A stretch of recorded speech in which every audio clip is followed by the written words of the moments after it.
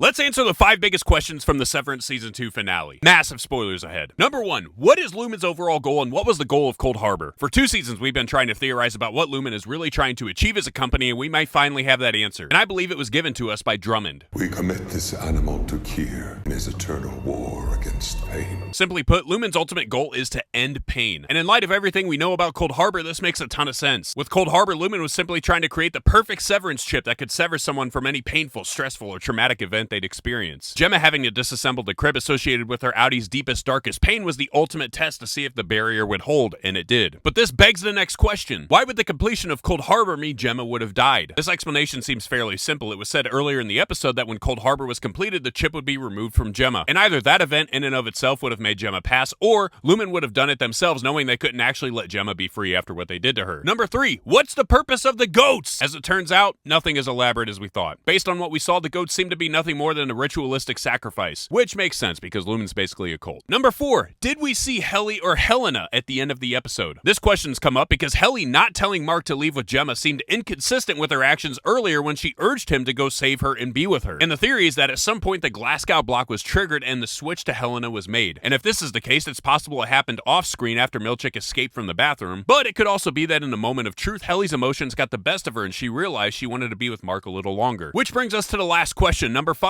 What the heck is Mark and Helly's plan? Simply put, there likely isn't one. But in a moment of weakness, Mark realized that he wasn't ready to potentially leave forever or be without Helly. But with that being said, Helly may be thinking that she has enough leverage to keep them both alive. After all, James told her that he wished she was his actual daughter. Helly may think that she could somehow parlay that to keep herself, Mark, and other innies alive even longer.